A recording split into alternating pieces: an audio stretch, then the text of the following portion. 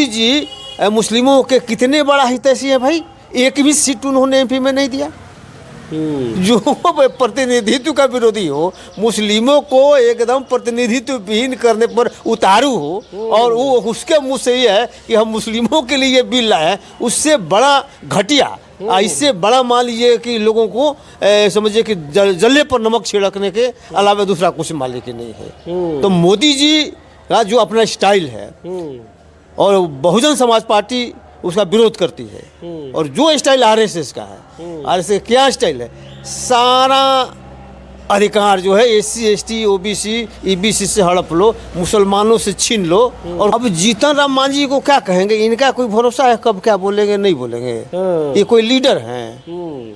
ये तो लीडर है नहीं, सही बात कभी नहीं बोलेंगे।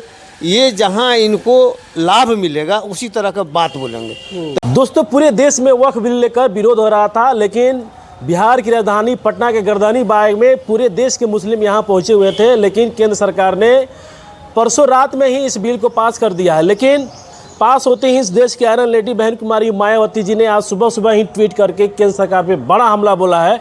ट्वीट क्या किया, मैं आपको पढ़ के सुना देता हूँ। बहन कुमारी मायावती जी लिखती हैं कि संसद में वक्फ संशोधन बिल पर सत्ता व विपक्ष को सुनने के बाद निष्कर्ष यही निकलता है कि केंद्र सरकार यदि जनता को इस बिल को समझाने के लिए कुछ और समय दे देती तथा उनके सभी संदेहों को भी दूर करके जब इस बिल को लाती तो ये सबसे ज़्यादा बेहतर होता। दूसरा ट्वीट किए हैं कि लेकिन दुख की बात यह है कि सरकार ने इस बिल को बहुत जल्दबाजी में लाकर जो इसको पास कराया है यह उचित नहीं है। अब इस बिल के पास हो जाने पर यदि सरकार इसका दुरुपयोग करती है तो फिर भी पार्टी मुस्लिम समाज का पूरा साथ देगी, अर्थात ऐसे में इस बिल को पार्टी से सहमत नहीं है। बहन कुमारी मायावती जी कहती है कि केंद्र सरकार ने वक्फ बिल जल्दी से लाया और इसको पास कर दिया। अगर ये पास में हो भी गया और इसका दुरुपयोग होगा तो बहुजन समाज पार्टी मुस्लिम के साथ तत्पर हमेशा खड़ा रहेगी और इसका विरोध करेगी। इसी मसले में बात करेंगे। हमारे साथ बातचीत करने के लिए इंजीनियर केशव राम पासवान जी, बसपा के नेता हैं। वक्फ बिल तो पास हो गया है, लेकिन बहन कुमारी मायावती जी कह रही है कि अगर इस बिल का दुरुपयोग होगा तो पार्टी हमेशा से मुस्लिम के समाज के साथ खड़ा रहेगी। सबसे बड़ी बात है कि बीजेपी जिस उद्देश्य से इस बिल को लाई है उसका उद्देश्य ही बेईमानी से भरा हुआ है। अच्छा, पहला उसका ये उद्देश्य है हड़बड़ी में लाने का, बिना जनता को तैयार किए हुए लोक मानस को इस बिल के लिए तैयार करने के पहले अफरा तफरी में लाने का मतलब ही है कि धर्म के आधार पर वक्फ बिल का विरोध मुस्लिम करेंगे, प्रतिक्रिया स्वरूप हिंदू एक हो जाएंगे। अच्छा। तो ये बेईमानी मान लीजिए कुछ को है, जितना मुस्लिम इसका विरोध करेंगे उतना हिंदू मान लीजिए कि ऑटोमेटिक तौर पर बीजेपी के साथ हो जाएंगे। तो पहला उद्देश्य तो ये है, तो उसका उन्होंने पूरा हो रहा है। ठीक है। दूसरा उद्देश्य मान लीजिए कि ये है कि अब उनकी नज़र वक्फ बोर्ड की ज़मीन पर है। अच्छा, जैसे अभी तक शुरुआती दौर में आप देखिएगा कि जितना धन संपत्ति है सब को तो लोग हड़प लिया। मतलब एससी एसटी के पास कहीं ज़मीन नहीं है, एबीसी के पास ज़मीन नहीं है। इसका मतलब है कि जो इनका ज़मीन था उसको लोगों ने छीन लिया, हड़प लिया। ठीक है, साजिशन। अच्छा, उसके बाद अभी जो स्थिति है कि वक्फ बोर्ड के पास ही तीसरा वक्फ बोर्ड है जिसके पास ज़्यादा ज़मीन है, रेलवे है, सेना है, और उसके बाद वक्फ बोर्ड जो है उसके पास ज़्यादा ज़मीन है। और वक्फ बोर्ड ज़मीन को हड़पने के लिए, छीनने के लिए ये मान लीजिए किस तरह से बिल लाया गया अफरा तफरी में। तो इसलिए बहुजन समाज पार्टी का ठीक ही, बहन मायावती जी का ठीक ही मान लीजिए करना है कि अफरा तफरी में बिल को लाया गया है, इससे हम सहमत नहीं हैं। अगर बाद में अगर इसके खिलाफ मतलब किया जाएगा या इसके दुरुपयोग अगर होगा तो बहुजन समाज पार्टी पूरी तरह से इस बिल के विरोध में रहेगी और उसका मुस्लिमों के साथ खड़ा रहेगी।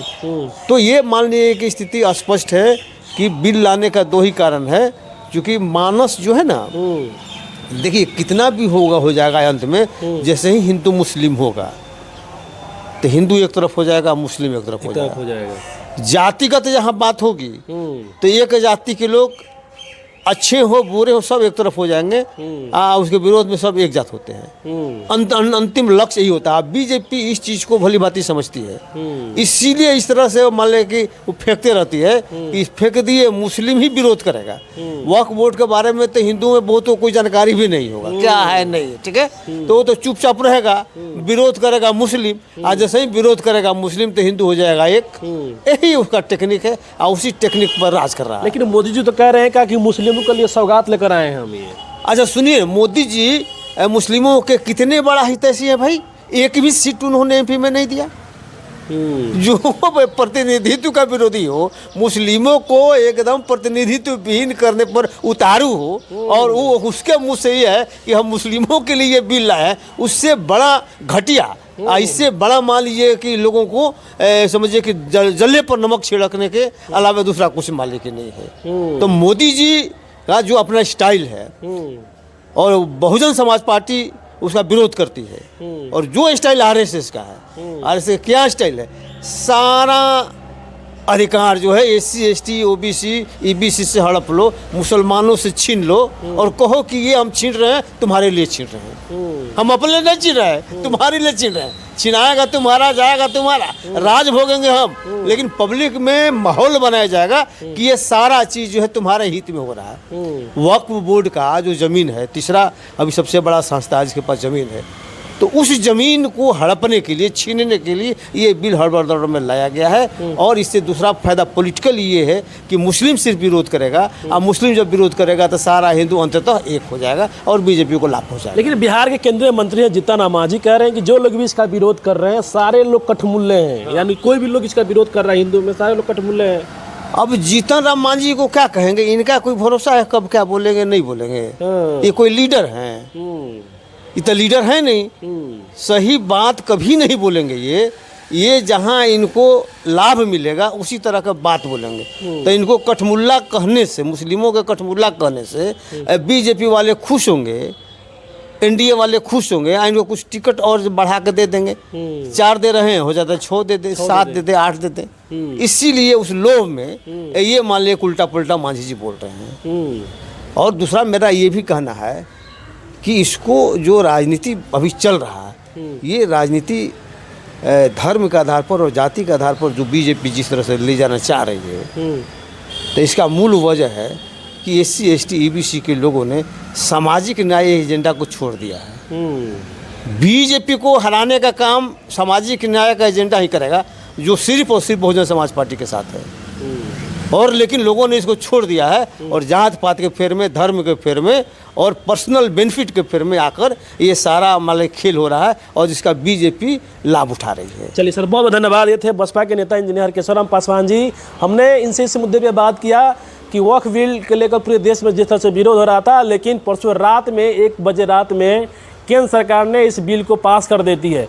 लेकिन नीतीश कुमार के पार्टी के जितने भी मुस्लिम नेता हैं एक एक करके उस पार्टी से इस्तीफा दे रहे हैं, और जितने भी मुस्लिम समाज के लोग हैं, चिराग पासवान के मुस्लिम में उनके पार्टी में जितने भी मुस्लिम समाज के लोग हैं उनका भी विरोध कर रहे हैं कि क्या चिराग पासवान के जो पार्टी में मुस्लिम समाज के जो लोग हैं, क्या चिराग पासवान का विरोध करेंगे, क्या पार्टी छोड़ेंगे। लेकिन आज ही सुबह इस देश की आयरन लेडी बहन कुमारी मायावती जी ने केंद्र सरकार पर हमला बोला और कहा है कि केंद्र सरकार ने आनंद फानन में इस बिल को पास कर दिया। इस बिल के बारे में किसी को बताया नहीं, लेकिन बहन कुमारी मायावती ये भी कहती है कि अगर इस बिल का दुरुपयोग होगा तो बहुजन समाज पार्टी मुस्लिम के साथ तत्पर खड़ा रहेगी और केंद्र सरकार का विरोध करेगी। इस मसले पर हमने बात किया, इनको बातों को कैसे देखते हैं जरूर कमेंट कीजिएगा। बहुत धन्यवाद। जय हिंद।